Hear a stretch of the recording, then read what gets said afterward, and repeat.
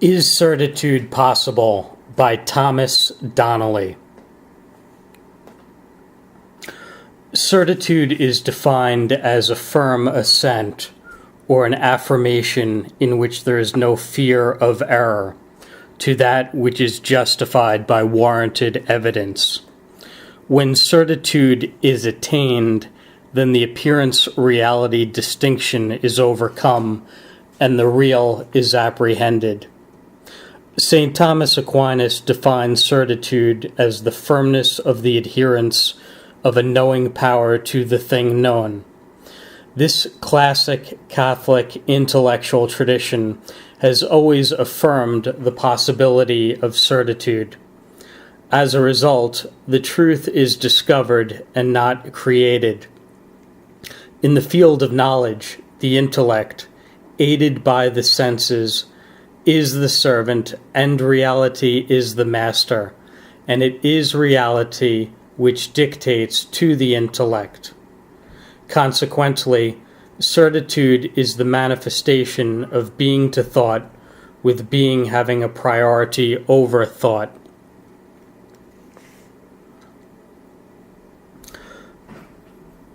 Certitude is rooted in a person's judgment. If the evidence is not objective, then subjective certitude results, which is merely an affective disposition of the subject, who gives an assent from feelings, biases, or other subsidiary reasons not motivated by evidence.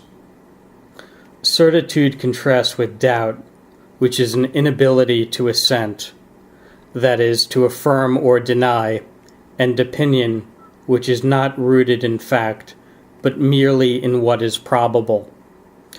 Such opinion guides our actions most often in the practical world when certitude is not possible. The goal is to attain the truth, which is what results when evidence is objectively certain. In this pursuit, there is either certitude or not, although once this distinction is attained, there are degrees of certitude, one being absolute certitude or metaphysical certitude, and the other being conditional certitude, which encompasses physical and moral certitude. These various levels of certitude are derived from the scholastic tradition.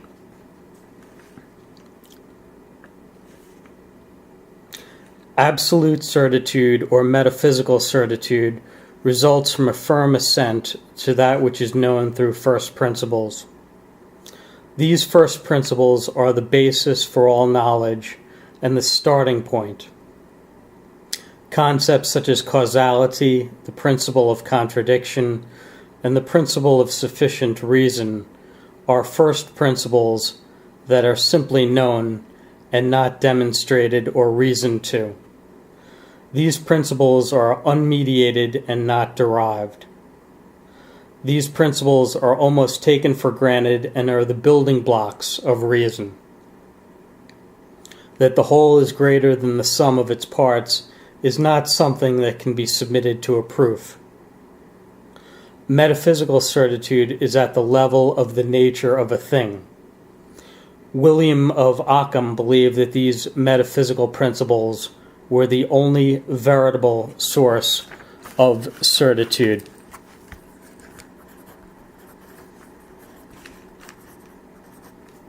Physical certitude is a lesser type of certitude than metaphysical certitude, although it garners a firm and unyielding assent.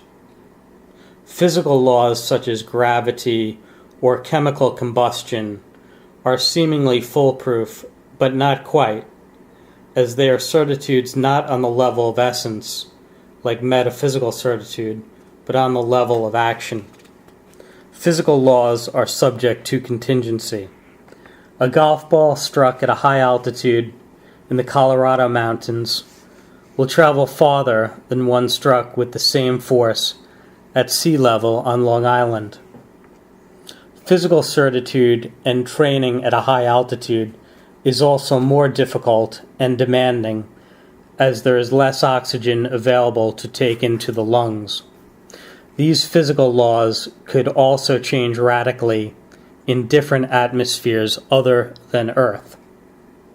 Also, God could suspend these laws and bring about miracles if it is in accord with divine providence.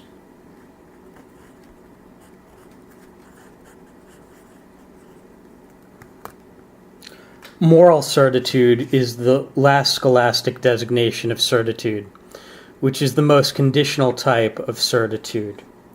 Moral certitude does not refer to good or bad moral judgments, but is rooted in conduct typical of the normative behavior of a rational and reasonable man.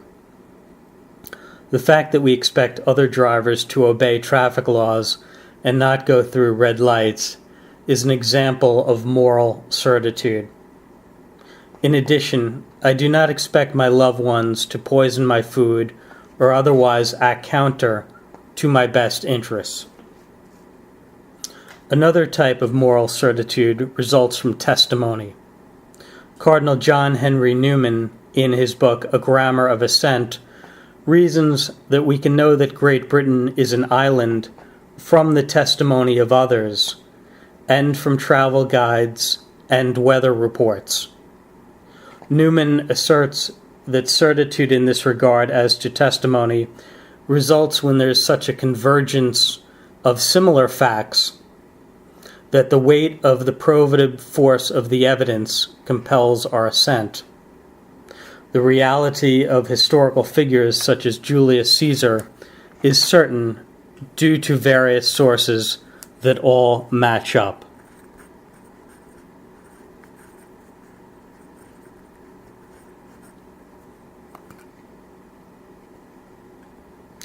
The scientific and positivist worldview argues that certitude is only possible through the verification principle from the scientific method. This theory states that although what is quantifiable and measurable is real, and spiritual reality is mere fantasy, it is noteworthy that these assumptions that argue for the absoluteness of science are derived apart from science, and so are contradictory. The decision as to what to test for and how to go about testing for it frames what ultimately will be reached. As a result, science is not the purely linear process it is often depicted to be. The philosophy of methodic doubt started with Descartes and reached its height with David Hume, questioned causality itself, with Immanuel Kant furthering this by doubting the applicability of metaphysical certitude.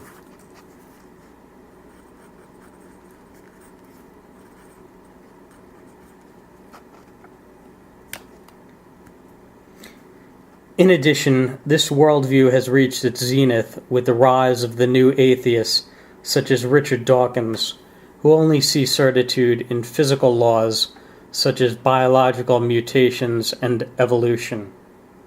Other atheists, such as the late Christopher Hitchens and Sam Harris, seem stridently antagonistic towards any certitude apart from scientism and logical positivism. Father Thomas Dubay sees such antagonism and hard-heartedness as an error of reasoning rooted in the will. However, it is a misnomer to lump all scientists together into this anti-metaphysical worldview. Many of the greatest scientists, such as Mendel with genetics or Lemaitre's Big Bang Theory, saw no problem reconciling scientific hypotheses within the larger realm of spiritual and metaphysical reality. Scientist Francis Collins, the leader of the Human Genome Project, is also an advocate for recognizing scientific truth is not all-encompassing. Science can answer the how questions, but not the why questions.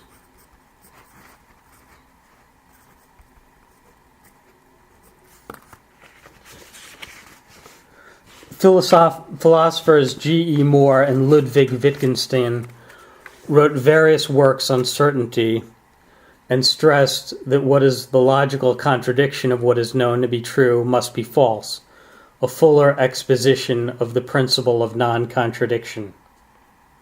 More wrote a tract in which he brought up 7 various assents, such as, "It is true that I am standing up," and bringing up the utter folly of trying to argue against what is intuitively evident.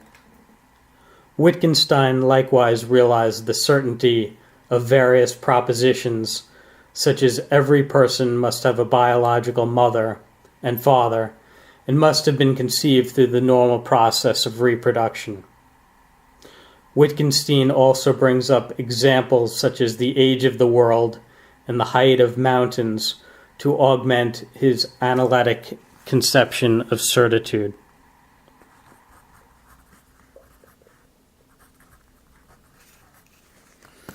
Interestingly, these contemporary philosophers also note that there is a limit to our knowledge as finite beings, and as a result, we must not try to attain certitude of things which we are not competent to know.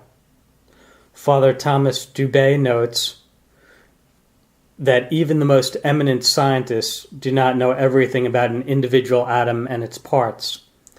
It is necessary to respect the limits of our knowledge and not to assert that which we do not know.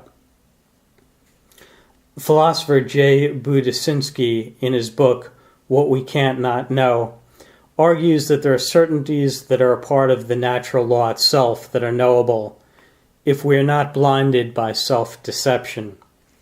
Things such as the inviolability of life and its dignity from conception to natural death are certitudes known by reason alone that are attainable if our conscience is not compromised by willful error. After I emailed Professor Budisinski on his book, he stated that the things we can't not know are certitudes in the sense that they are surely true, and in the normal case also certainties in the sense that we are sure of them. In order to attain to the truth and fullness of the Catholic tradition, it is necessary to recognize that certitude is possible and to appropriately differentiate the classic distinctions of certitude.